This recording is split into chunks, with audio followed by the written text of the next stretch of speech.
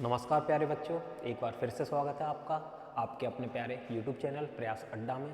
मेरा नाम है हर्ष और मैं आपको करा रहा हूँ SSC GD 2026 के लिए प्रैक्टिस सेट। ठीक है, क्या करा रहा हूँ? प्रैक्टिस सेट करा रहा हूँ SSC GD के लिए 2026 के।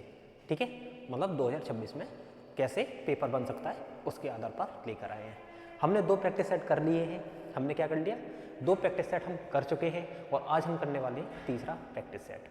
ठीक है, तो जल्दी लाइव आ जाइए सभी लोग, इस सेशन से जुड़ जाएं सभी लोग जितने भी हैं, जल्दी आइए।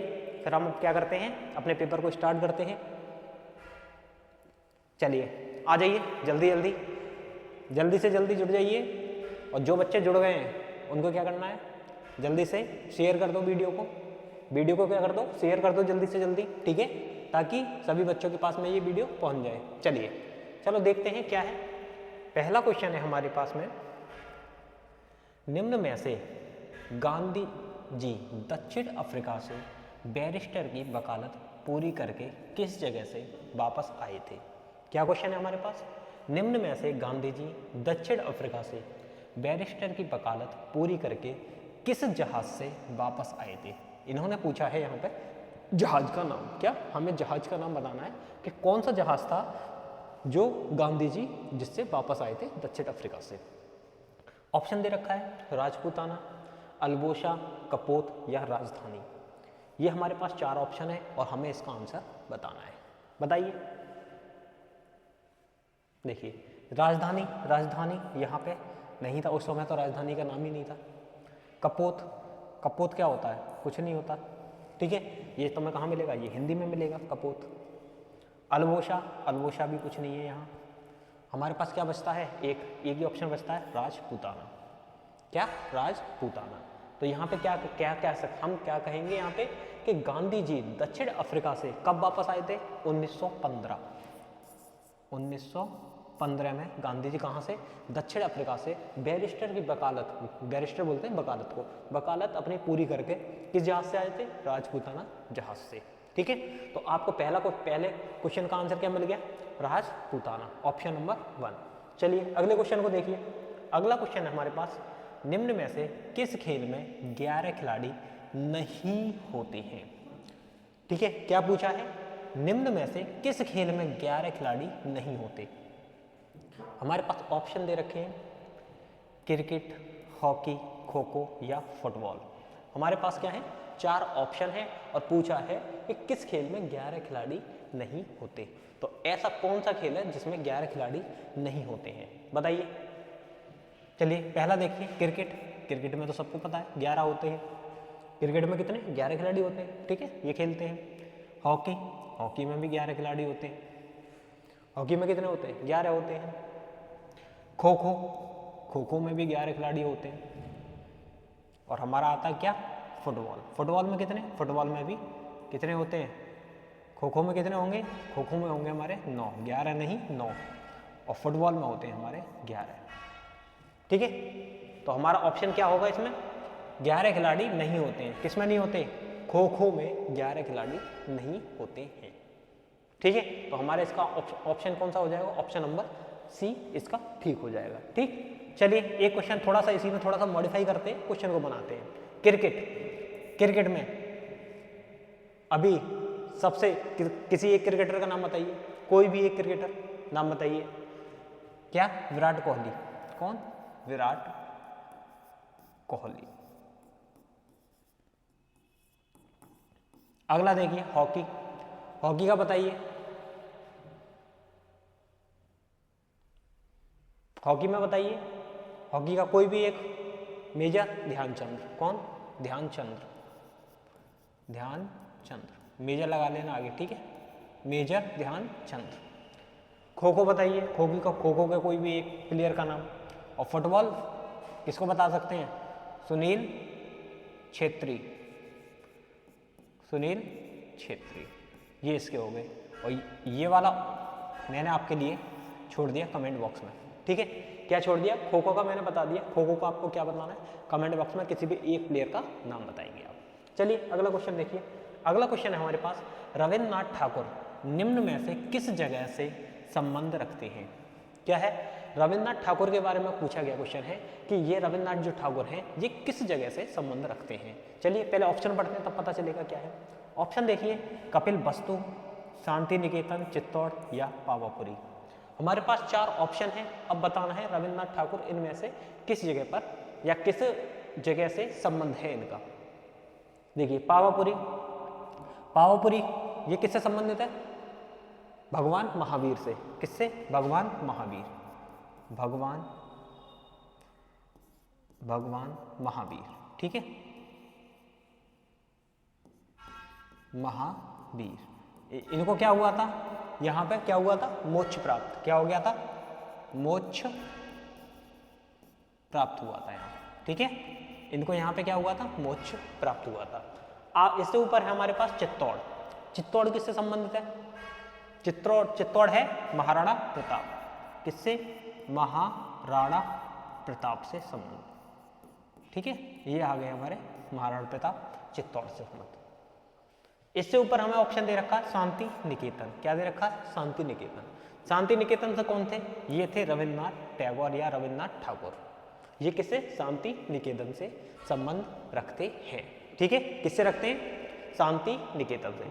अब ये एक क्वेश्चन और ये बता दिए, शांति निकेतन का दूसरा नाम क्या है? शांति निकेतन को अब और किस नाम से जाना जाता है? किस नाम से जानते हैं? बताइए, शांति निकेतन को किस नाम से जानते हैं? शांति निकेतन को जाना जाता है दूसरे नाम से, पाठा के नाम से, पाठा भवन। पाठा भवन के नाम से किसे? शांति निकेतन को जाना जाता है। कपिल वस्तु, कपिल वस्तु में क्या हुआ था? भगवान बुद्ध का जन्म। यहां पे किसका हुआ था? भगवान बुद्ध का जन्म, भगवान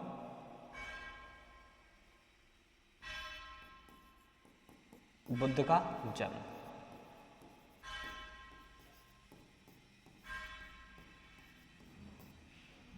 ठीक है। यहां पे क्या हुआ था? भगवान बुद्ध का जन्म, ठीक है। तो हमारा ऑप्शन क्या है यहाँ पे? ऑप्शन सेकंड क्या है? शांति निकेतन। चलिए अगले को देखिए, निम्न में से सरोद वाद्य यंत्र को बजाने वाले वादक का नाम। हमें बताना है सरोद वाद्य यंत्र क्या है? सरोद वाद्य यंत्र को बजाने वाले का नाम बताना है। हमारे पास 4 ऑप्शन दे रखे हैं, बिस्मिल्लाह खां, जाकिर हुसैन, विलायत खां और अमजद अली खां। ये हमारे पास 4 ऑप्शन है और इनमें से पूछा है सरोद वाद्य यंत्र को इनमें से कौन बजाता है। देखिए क्या है? बिस्मिल्लाह खां। पहला ऑप्शन है हमारे पास बिस्मिल्लाह खां। बिस्मिल्लाह खां क्या बजाते हैं? बिस्मिल्लाह खां क्या बजाते हैं? ठीक है, जल्दी से लाइक करो, वीडियो को लाइक कर दो अपने यार दोस्त के पास। कभी तो कुछ कर दिया करो, कर दो, चलो जल्दी से करो। क्यूट बॉय, ये कौन है? क्यूट बॉय के नाम से कौन है भाई?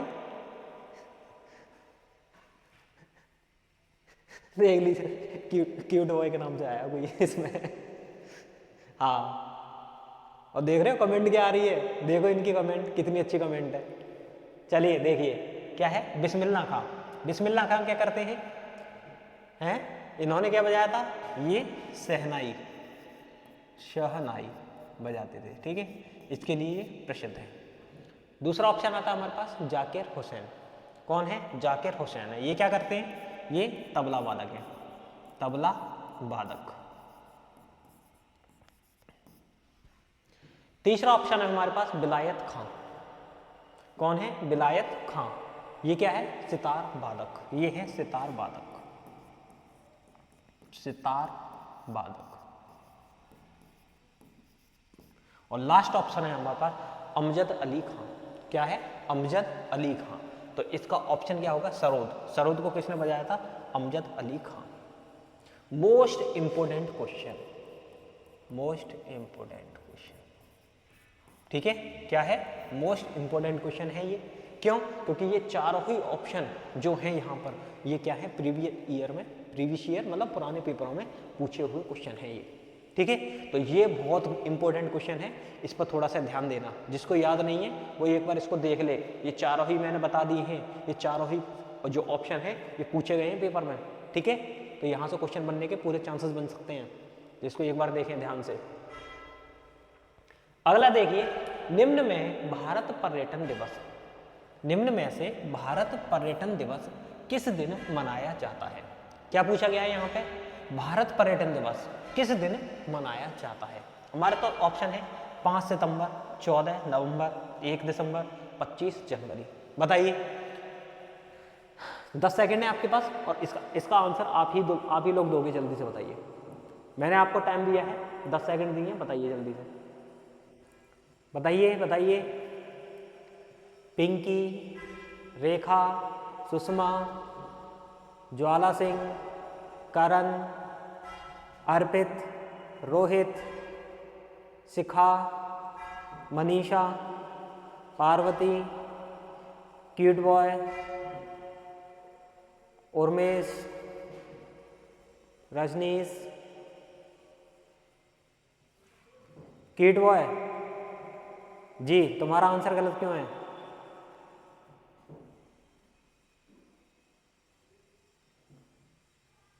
ये तुक्के से सही थोड़ी ना हो जाएगा। क्यूट बॉय लिख रहा है कि ये मैंने क्या किया है सर, तुक्का मारा है।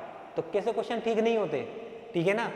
क्वेश्चन से अगर आप तुक्का मारेंगे तो कभी क्वेश्चन ठीक नहीं होगा, आपको उसके लिए पढ़ना पड़ेगा, ठीक है। क्या करना पड़ेगा? पढ़ना पड़ेगा, ठीक है। ध्यान दीजिए एक बार सही तरीके से इस पर। और सबसे पहले अगर मेरी बात को अगर मानना है तो एक काम कर सकते हैं आप, क्यूट बॉय ठीक है, अच्छा ठीक है, अच्छी बात है, आपने अपना नाम क्यूट बॉय रखा है, लेकिन आपको क्या करना है, क्यूट बॉय नाम रखने के साथ साथ आपको पढ़ाई भी स्मार्ट तरीके से करनी है, ठीक है। हाँ, आगे से कभी भी आपका क्वेश्चन गलत नहीं जाना चाहिए, ठीक है ना। वैसे तो मैं प्रैक्टिस करा ही रहा हूँ, लेकिन यहाँ हो गया कोई दिक्कत नहीं है, लेकिन पेपर में गलती नहीं होनी चाहिए। क्या? पेपर में गलती मत करना कभी, ठीक है। चलिए क्वेश्चन पर लौटते हैं। निम्न में से भारत पर्यटन दिवस किस दिन मनाया जाता है? ऑप्शन है 5 सितंबर। 5 सितंबर को क्या होता है? 5 सितंबर को मनाया जाता है शिक्षक दिवस। क्या मनाया जाता है? शिक्षक दिवस मनाया जाता है, शिक्षक दिवस। ये मनाया जाता है हमारा 5 सितंबर को। अगला आता है 14 नवंबर। 14 नवंबर को क्या है? 14 नवंबर को है बाल दिवस। कौन सा दिवस है? बाल दिवस है, ठीक है। 1 दिसंबर आता है। 1 दिसंबर को क्या मनाया जाता है? 1 दिसंबर को मनाया जाता है विश्व एड्स दिवस, ठीक है। ये मनाया जाता है क्या? 1 दिसंबर को। अगला आता है 25 जनवरी। 25 जनवरी को है भारत पर्यटन दिवस। 25 जनवरी को क्या मनाया जाता है? भारत पर्यटन दिवस, ठीक है। और आपके लिए क्वेश्चन है कि 26 जनवरी क्या है? 26 जनवरी ये बताएंगे आप कमेंट बॉक्स में कि इस दिन क्या मनाया जाता है। अगला क्वेश्चन देखिए, अगला क्वेश्चन है हमारे पास, निम्न में से किस धारा में, क्या है? निम्न में से किस धारा, अच्छा क्वेश्चन है, धारा से पूछा गया है, कौन कौन सी धाराएं होती हैं, उन धाराओं में क्या होता है। देखिए, निम्न में से किस धारा में आत्मदाह करने पर 1 वर्ष की सजा का प्रावधान या जुर्माना है? क्या है? 1 वर्ष की सजा या जुर्माना। 1 वर्ष की सजा हो सकती है आपको अगर आत्मदाह करेंगे तो, या फिर जुर्माना उसको हो सकता है, ये दोनों ही चीज हो सकती हैं। ऑप्शन हमारे पास क्या है? धारा 309, 307, 270 या 170। इसमें से हमको बताना है कौन सा सही है। बताइए, 10 सेकंड है आपके पास, बताइए।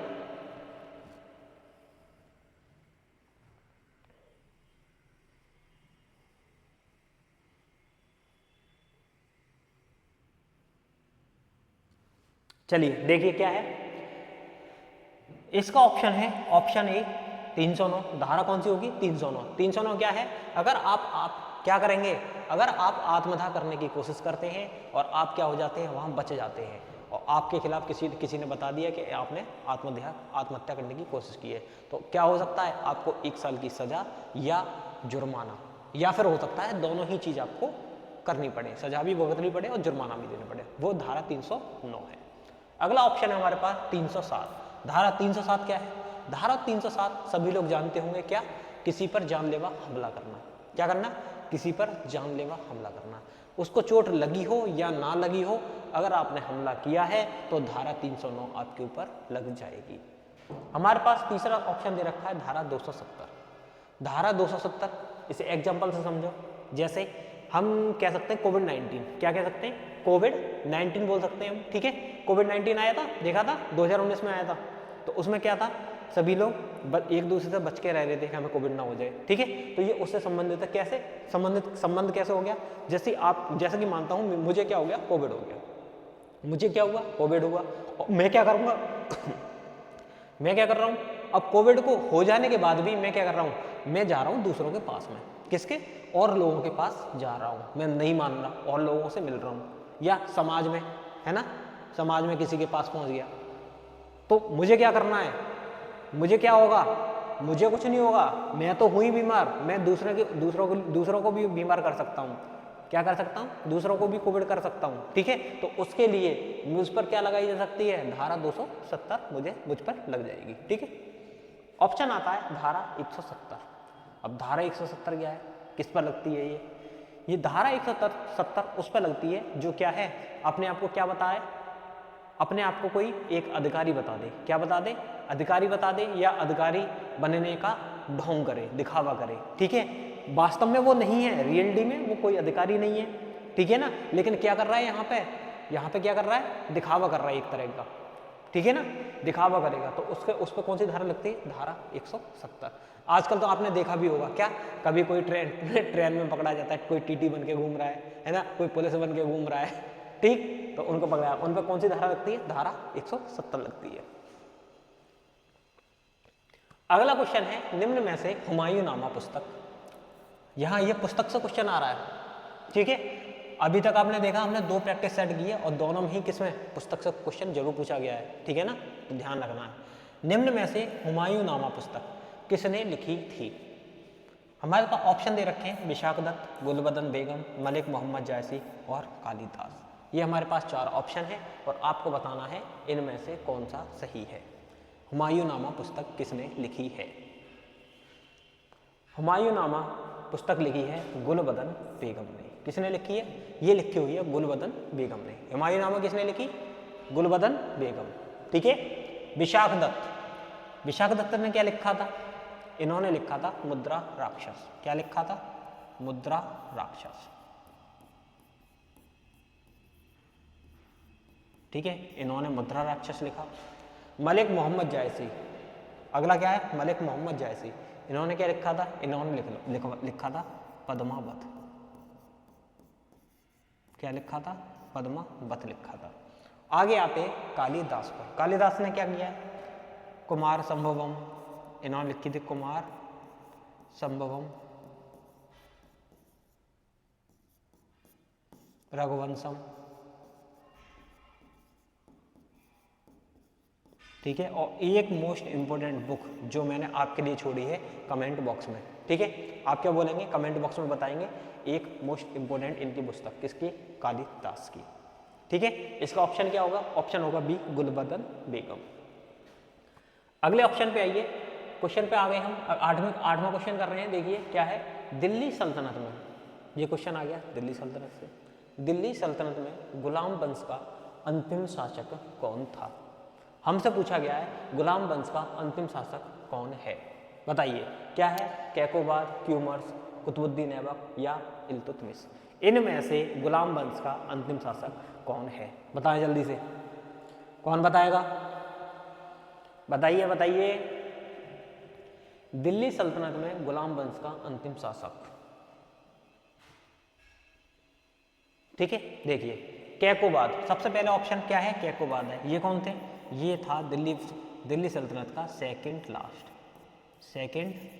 लास्ट शासक, ठीक है, क्या है, शासक। सेकंड लास्ट शासक कौन हो गया, कैकोबाद हो गए, ठीक है। अंतिम कौन हो जाएगा, अंतिम हो जाएगा क्यूमर्स।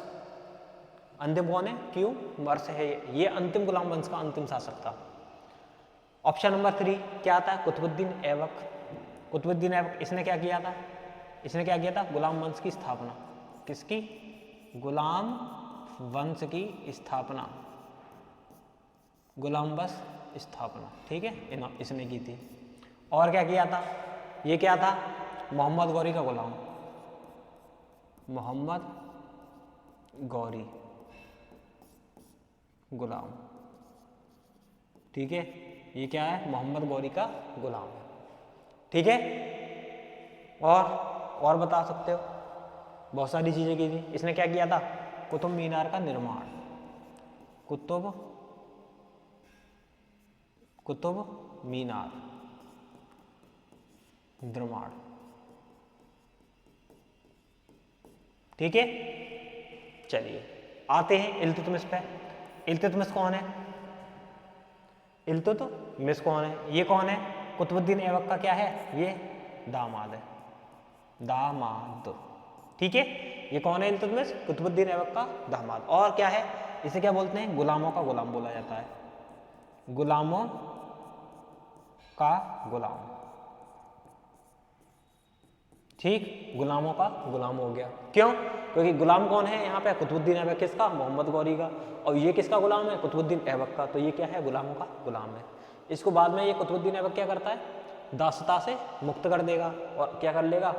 अपना गुलाम बना लेगा, ठीक है। हाँ, और इसको क्या बोलेंगे? इसके दरबार में कैसे? लाल वस्त्र धारण करके, लाल वस्त्र धारण किए जाते थे। जो न्याय वगैरह अगर जिसको चाहिए तो वो क्या करता था? लाल वस्त्र धारण करता था। इल्तुतमिश ने और क्या किया?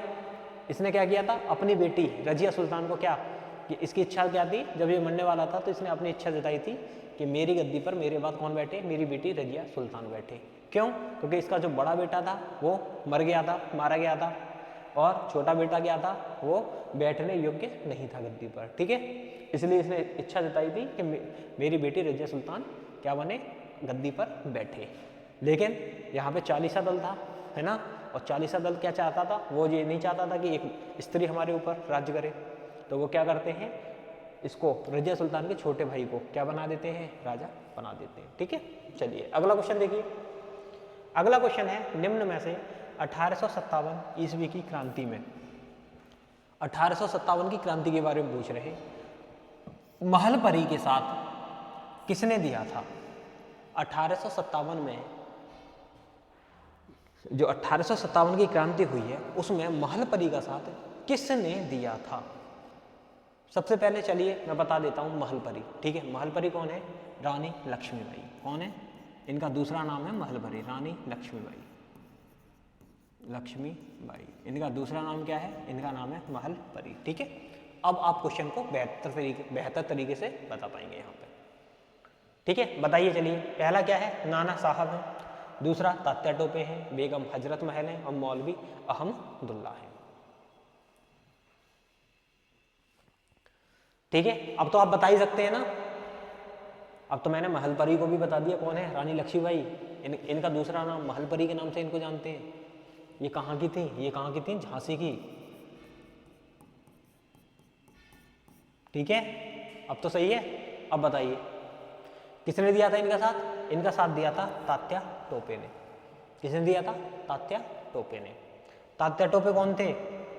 नाना साहब के कौन थे? सेनापति। कौन थे?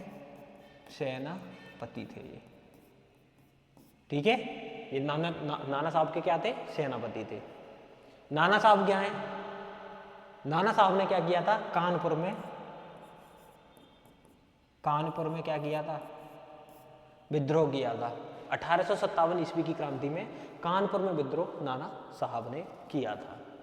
बेगम हजरत महल, इन्होंने कहाँ पे किया था? इन्होंने किया था लखनऊ में। क्या किया था? विद्रोह, 1857 ईस्वी की क्रांति का विद्रोह, ठीक। इसके बाद आते हैं मौलवी अहमदुल्ला। मौलवी अहमदुल्ला आ गए, और ये क्या करेंगे? ये करेंगे फैजाबाद में। कहाँ पे कर देंगे? ये फैजाबाद में करेंगे, ठीक है, ठीक। इन्होंने कहाँ पर कर दिया था? इन्होंने कर दिया था फैजाबाद में। और फैजाबाद में क्या हुआ था कि इनके ऊपर मौलवी जो अहमदुल्ला हैं, इनके ऊपर क्या था? 50,000 रुपये का क्या किया गया था? अंग्रेजी सरकार ने क्या किया कर दिया था? इनाम घोषित कर दिया था। कितने का किया था? 50,000 रुपये का, 50,000 रुपये का इनाम घोषित किया था, ठीक है। कि कोई भी इनकी हमें सूचना देगा या पकड़वाएगा तो उसको कितना? 50,000 रुपये का इनाम दिया जाएगा, ठीक। चलिए अगला क्वेश्चन देखिए। अगला क्वेश्चन क्या है? अगला क्वेश्चन है बनारस हिंदू विश्वविद्यालय की स्थापना। बनारस हिंदू विश्वविद्यालय की स्थापना मदन मोहन मालवीय ने कब की थी? यहां पे पूछा गया है जो BHU है, कौन सा है? BHU बनारस हिंदू विश्वविद्यालय, है ना। इसकी स्थापना मदन मोहन मालवीय ने कब की थी? ऑप्शन हमारे पास दे रखे हैं 1916, 1917, 1920 और 1922। बताइए जल्दी से, बोलिए क्या होगा इसका ऑप्शन? इसका ऑप्शन है फर्स्ट, क्या है? 1916। तो मदन मोहन मालवीय ने बनारस हिंदू विश्वविद्यालय की स्थापना की थी 1916 में। हमारे पास ऑप्शन दे रखा है दूसरा 1917। 1917 में क्या हुआ था? 1917 की घटना याद करो, बता दिया है ये। कौन थी? एनी बेसेंट थी, ठीक है, एनी बेसेंट। ये क्या थी? कांग्रेस की अध्यक्ष बनी थी 1917 में, है ना? ठीक। अगला देखो, अगला ऑप्शन है हमारे पास 1920। 1920 में क्या हुआ? असहयोग आंदोलन हुआ। असहयोग आंदोलन किसने किया था? ये आंदोलन किसने किया? महात्मा गांधी ने। किसने किया था? महात्मा गांधी ने किया था। और महात्मा गांधी जी का नारा क्या है? इनका नारा है करो या मरो, करो या मरो। ये इन्होंने क्या किया था? नारा दिया था, है ना? ये एक इनका नारा है जो फेमस है। अगला ऑप्शन आता है हमारे पास 1922। 1922 में क्या होता है? यहां होता है चोरी चोरा कांड। चोरी चोरा कांड, ठीक है। ये कब हुआ? ये हुआ 1922 में। कहाँ पे हुआ था? बैरकपुर में। कहाँ हो गया? बैरकपुर। और बैरकपुर में क्या हुआ था? यहाँ पे क्या किया गया था? पुलिस का एक छावनी बोल सकते हो, है ना, छावनी थी, उसको क्या कर दिया था? वहाँ पे आग लगा दी थी। क्या? आग लगा दी थी, ठीक है।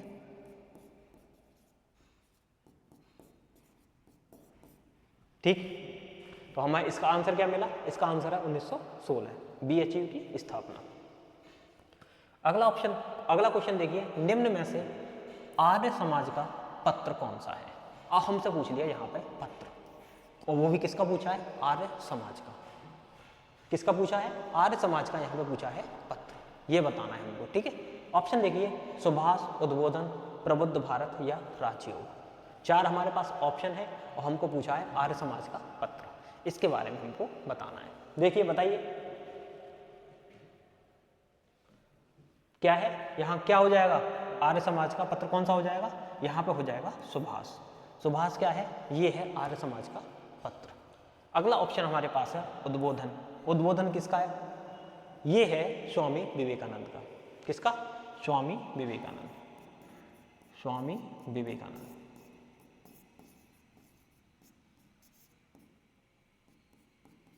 ठीक है। ये किसका है? ये स्वामी विवेकानंद का है। प्रबुद्ध भारत, ये भी स्वामी विवेकानंद। ये भी किसका? स्वामी विवेकानंद का।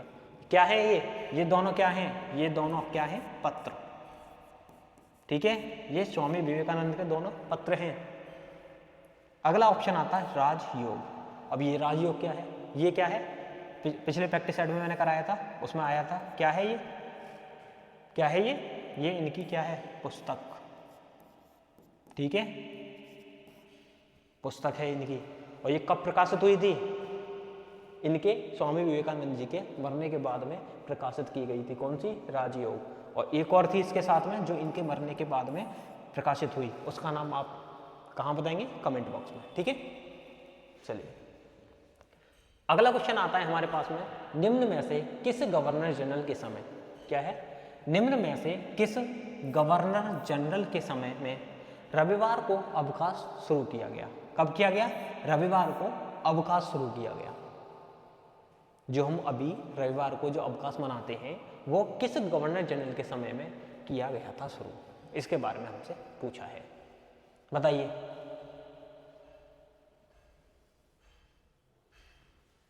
बताइए बताइए,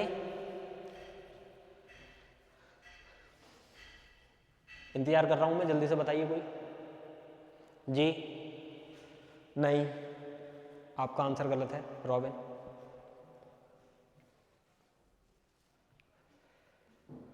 चलिए मैं बताता हूँ, देखिए पहला ऑप्शन में क्या दे रखा है? पहला ऑप्शन हमें दे रखा है ऑकलैंड। क्या है? ऑकलैंड दे रखा है। तो ऑकलैंड के समय में कौन सी घटना हुई थी? ऑकलैंड के समय में क्या कौन सी घटना हुई? GT road. जीटी रोड याद है, जीटी रोड, इसका क्या हुआ, इसकी हुई थी मरम्मत। क्या हुई थी, इसकी मरम्मत हुई थी। बनाया किसने था इसको, बनवाया किसने था, कौन था, शेर शाह सूरी। ठीक है, ये क्या था, शेर शाह सूरी थे। ठीक है, किसको हराया था शेर शाह सूरी ने, कमेंट बॉक्स में बताओ कि शेर शाह सूरी ने किसको हराया था।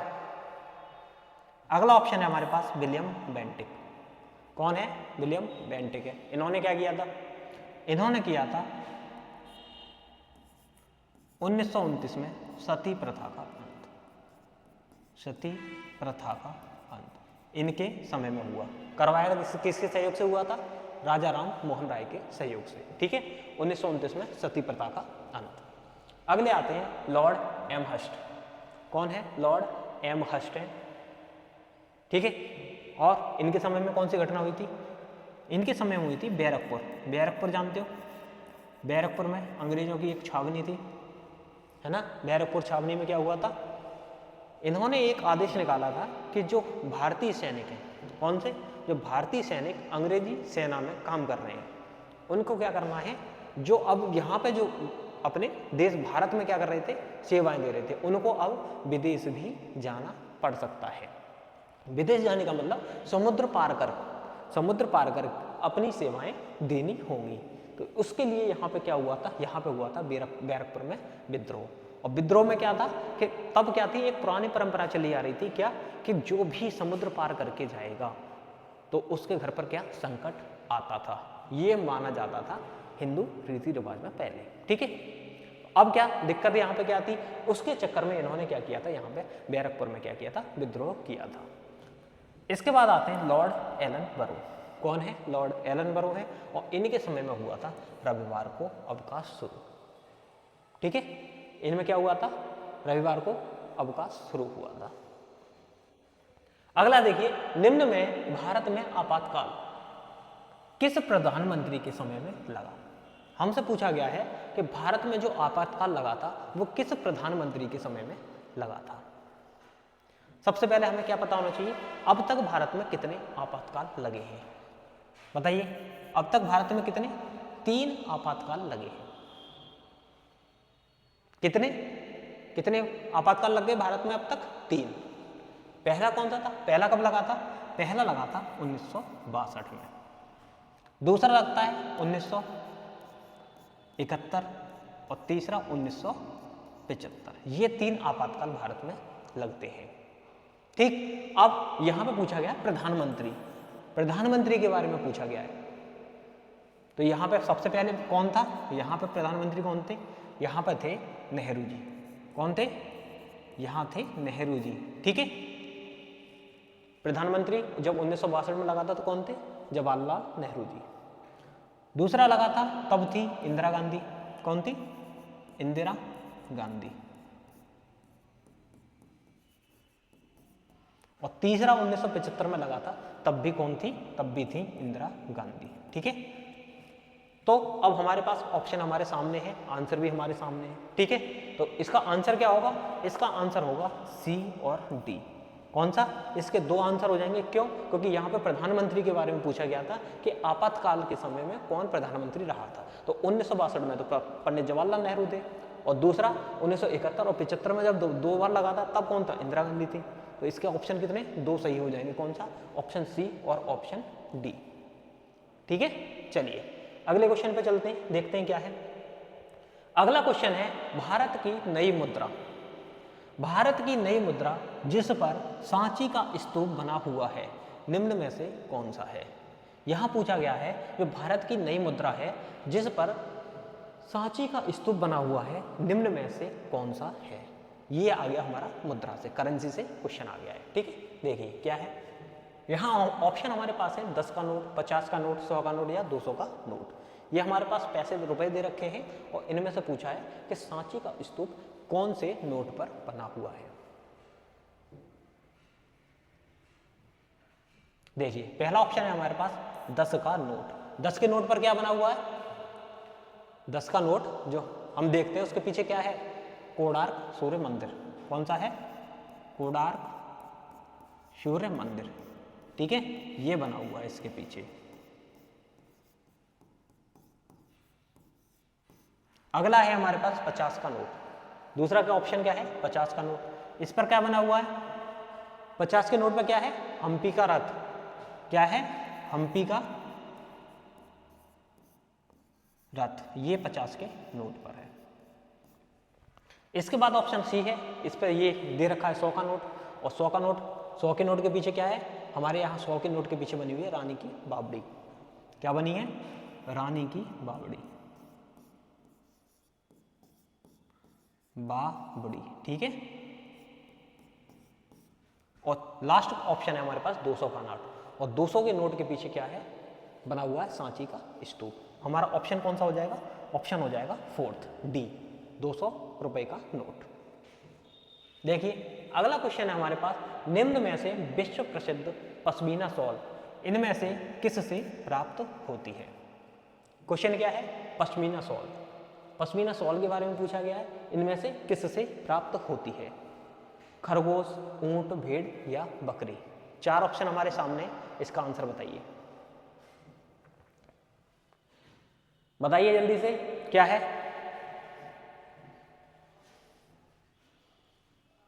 देखिए खरगोश, ऊंट, भेड़, बकरी, ये 4 ऑप्शन है, और पश्मीना शॉल के बारे में यहाँ पूछ रहा है। तो पश्मीना शॉल किससे बनाई जाती है? ये बनाई जाती है, किससे मिलती है पश्मीना शॉल बनने से? इनमें से किससे प्राप्त होती है? तो प्राप्त किससे होगी? ये होगी बकरी से। किससे प्राप्त हो जाएगी? बकरी से प्राप्त होगी। और ये बकरी कहाँ पाई जाती है? ये पाई जाती है लद्दाख में। कहाँ पर? लद्दाख,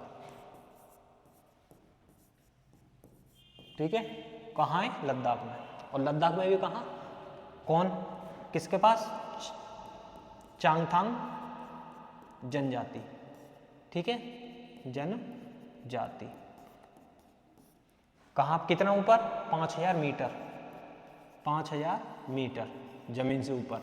ये क्या करते हैं? इनको चराते हैं, और वहाँ से हमें क्या प्राप्त होती है? वहाँ ये बकरियों को लेके जाते हैं, वहाँ क्या होता है?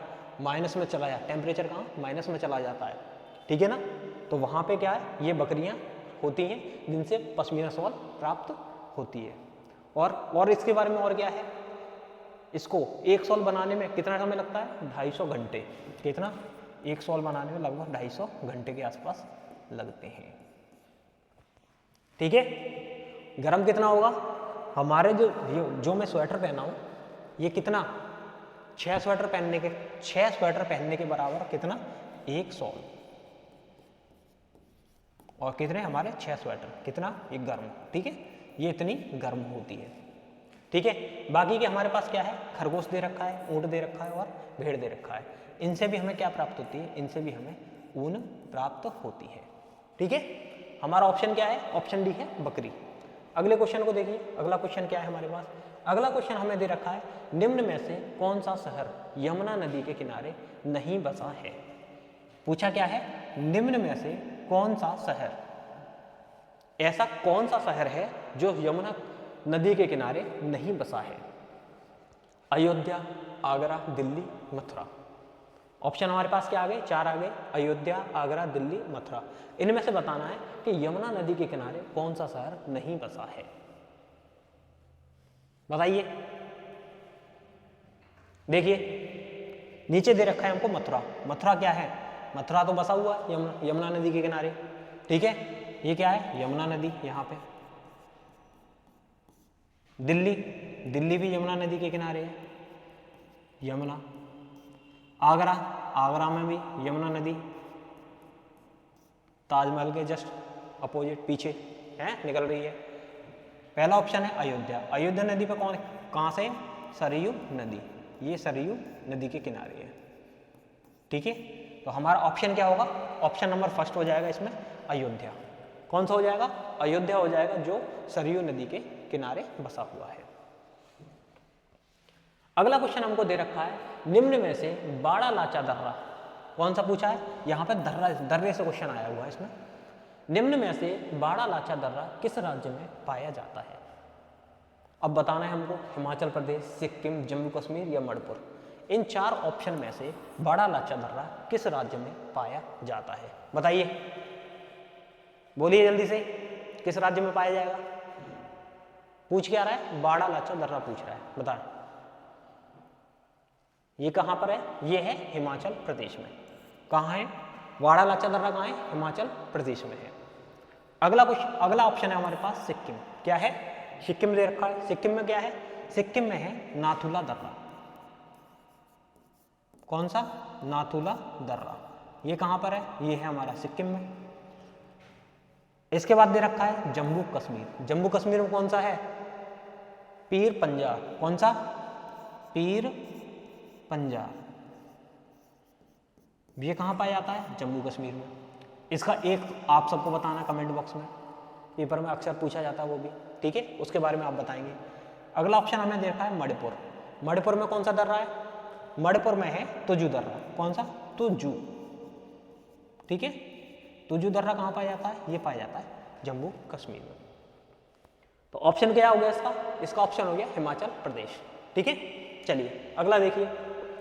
अगला हमको दे रखा है जयप्रकाश नारायण। क्या है? जयप्रकाश नारायण को निम्न में से किस उपनाम से जाना जाता है? अब यहां पूछ रहा है उपनाम, तो हमें क्या बताना है? जयप्रकाश नारायण को किस उपनाम से हम जानते हैं? बताइए। चलिए 10 सेकेंड है आपके पास, बताइए इसको। आपके पास क्या है? 10 सेकेंड है, बताएं इसको जल्दी से।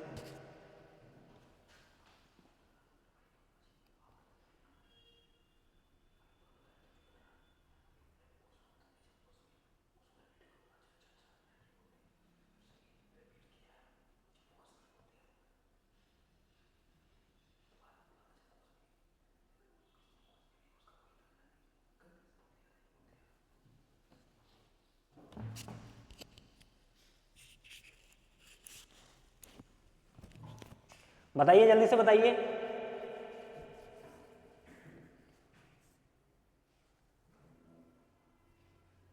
अच्छा रोहित, क्या कह रहे हो? पीछे वाला क्वेश्चन गलत बता दिया? क्या बताया गलत? क्या बताया? अच्छा जम्मू कश्मीर। अच्छा तुजू दर्रा जम्मू कश्मीर में बोल दिया। नहीं नहीं नहीं, देख लो, दोबारा से देख लो। क्या है? जम्मू कश्मीर में है पीर पंजाल। कौन सा है? जम्मू कश्मीर में है पीर पंजाल, और मणिपुर में है तुजू दर्रा, ठीक है।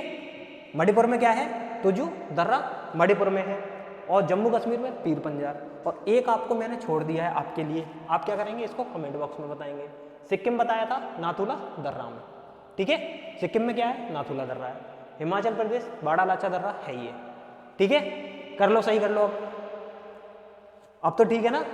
ठीक। चलिए इस अपने इस वाले क्वेश्चन पे आइए। ये बताइए जयप्रकाश नारायण को निम्न में से किस उपनाम से जाना जाता है? बताएं जल्दी से, बताएं कौन है? ये है हमारे लोकनायक।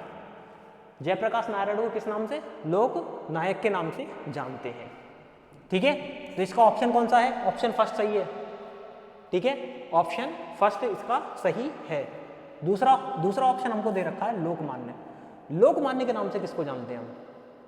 लोकमान्य के नाम से किसको नाम जाना जाता है? उपनाम का मतलब होता है उपाधि।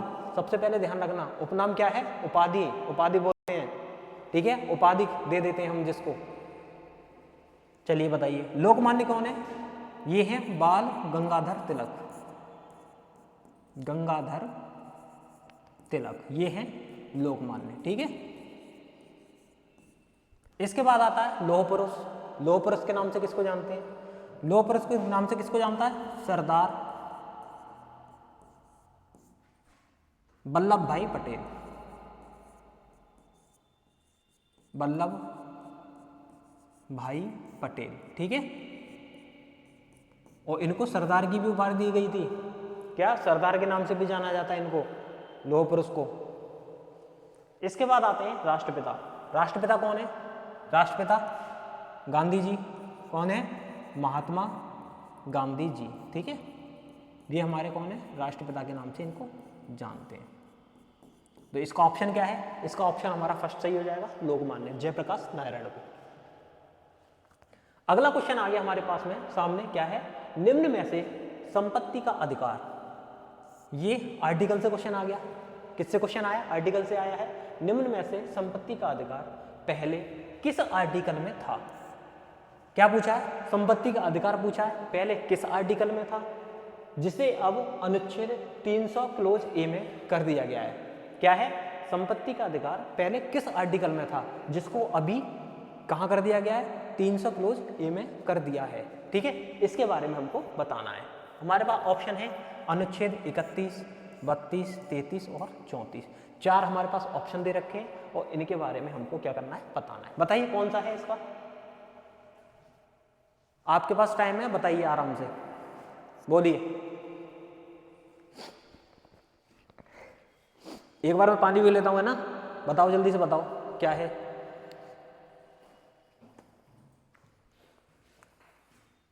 बताएं जल्दी से, बताएं।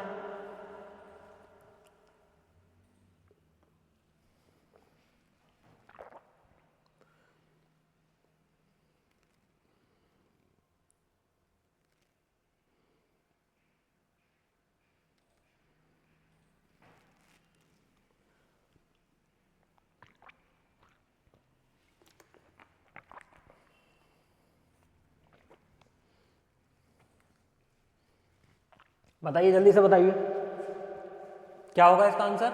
जी हाँ, इसका आंसर अब तक लगभग सभी का सही है, 90% सभी सही गए हैं। क्या है? अनुच्छेद 31। क्या था पहले? अनुच्छेद 31 में क्या था? संविधान संपत्ति का अधिकार था और इसको किस में कर दिया गया है? 300 क्लोज ए में कर दिया गया है। और उसके बाद आता है हमारे पास ऑप्शन बी। ऑप्शन बी में क्या है? ये दे रखा है आर्टिकल 32, अनुच्छेद 32। अनुच्छेद 32 क्या है? अनुच्छेद 32 में है संवैधानिक उपचारों का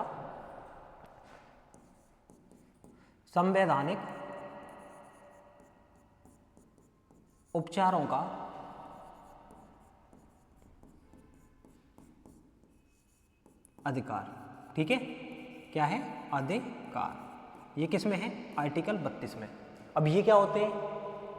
ये होता है रिट। रिट जानते हो? रिट कितने प्रकार की होती है? 5 प्रकार की रिट जो होती हैं, है ना? बंदी, प्रत्यक्षीकरण वगैरह वाली। तो ये रिट वगैरह वाला कौन सा है? आर्टिकल 32 है। इसमें क्या है? संवैधानिक उपचारों का अधिकार है। ठीक है, आ गया अगला ऑप्शन है हमारे पास आर्टिकल 33। आर्टिकल 33 क्या कहता है? आर्टिकल 33 कहता है कि सशस्त्र बल, संसद को किसका अधिकार है? संसद को अधिकार है सशस्त्र बल, अर्धसैनिक बल, पुलिस, ठीक है, पुलिस वगैरह जो आ जाते हैं अर्धसैनिक बलों में, ठीक है, इनका क्या कर सकती है? ये संसद कर सकती है इनके मौलिक अधिकारों को खत्म करने का मतलब प्रतिबंध इन पर लगा सकती है। ठीक है, ये आर्टिकल 33 होता है। आगे ऑप्शन हमें दे रखा है 34। 34 क्या कहता है? आर्टिकल 34 क्या कहता है? तो आर्टिकल 34 कहता है कि मार्शल लॉ, क्या है? मार्शल लॉ, अगर भारत में कभी भी मार्शल लॉ है तो उस पर क्या लग जाएगा? मार्शल लॉ लगने पर क्या होगा? यहाँ पे क्या हो जाएगा? आपके जो मौलिक अधिकार हैं उन पर क्या लगेगा? प्रतिबंध लगेगा। ये आर्टिकल हमारे बोलता है कितना? 19। आर्टिकल 19 नहीं 34। आर्टिकल 34 किसका बोलता है? मार्शल लॉ के बारे में। ठीक है, तो इसका ऑप्शन क्या होगा? 19 क्वेश्चन का क्या सही बताया था मैंने? अनुच्छेद 31। ठीक है, चलिए अगले क्वेश्चन को देखिए। अगला क्वेश्चन हमारे पास दे रखा है, निम्न में से योगेश्वर दत्त किस खेल से संबंधित है? देखिए, एक खेल से और पुस्तक से क्वेश्चन हर बार बन रहा है। कौन सा क्वेश्चन बन रहा है? एक खेल से बन रहा है और पुस्तक से रिपीट हो रहे हैं क्वेश्चन, देख रहे हैं ना? हाँ, बताइए निम्न में से योगेश्वर दत्त किस खेल से संबंधित है? और ये आज का हमारा क्या है? लास्ट क्वेश्चन है। ठीक है, कौन सा क्वेश्चन है? लास्ट क्वेश्चन है 20। ठीक है, इसको सही तरीके से करना है। बताइए, ऑप्शन हमें दे रखा है कुश्ती, बैडमिंटन, मुक्केबाजी या जेवलिन थ्रो। 4 ऑप्शन है हमारे पास और हमको बताना है योगेश्वर दत्त ये किस खेल से संबंधित हैं। तो ये किस खेल से हैं? ये हैं कुश्ती से। किस खेल से संबंधित है योगेश्वर दत्त? ये कुश्ती से संबंध रखते हैं। इसके बाद आता है बैडमिंटन। बैडमिंटन से कौन है? बताइए, एक मैं बता रहा हूँ, एक तुम्हें बताना है कमेंट बॉक्स में। पीवी सिंधु। ठीक है, पीवी सिंधु। थोड़ी सी हिंट और दे रहा हूँ, साइना। ठीक है, पीछे का नाम कंप्लीट करना है, आपको बताना कमेंट बॉक्स में। आगे आ गया मुक्केबाजी। मुक्केबाजी से कौन है? मैरी कॉम। कौन? मैरी कॉम। ठीक है, ये कौन है? मुक्केबाज है। अगला ऑप्शन आता है जेवलिन थ्रो। जेवलिन थ्रो से कौन है? जेवलिन थ्रो से है नीरज चोपड़ा। कौन? नीरज चोपड़ा। ठीक है, तो इसका ऑप्शन कौन सा सही था? ऑप्शन 1 सही था। क्या था? कुश्ती। ठीक है, हमने आज क्या कर लिए? आज ये वाला प्रैक्टिस सेट भी हमने क्या कर लिया? पूरा कर लिया है। अब आपको क्या करना है? कमेंट बॉक्स में अपना स्कोर बताना सभी को। क्या करेंगे? कमेंट बॉक्स में आप सभी क्या बताएंगे? अपना स्कोर बताएंगे। ठीक है, और जिसको ये वीडियो अच्छी लगी है, क्या ये वीडियो जिसको अच्छी लगी है तो वो क्या करेंगे? इसको लाइक करो, शेयर करो और कमेंट बॉक्स में हमको बताना कि हमारी वीडियो आपको कैसी लगी। ठीक है, तब तक के लिए क्या आराम से इसको एक बार दोबारा से देख लेना घर पे। ठीक है, और नई वीडियो के लिए आपको फिर कल जल्दी मिलेंगे इसी टाइम पर। ठीक है, तब तक के लिए धन्यवाद। जय हिंद, जय भारत।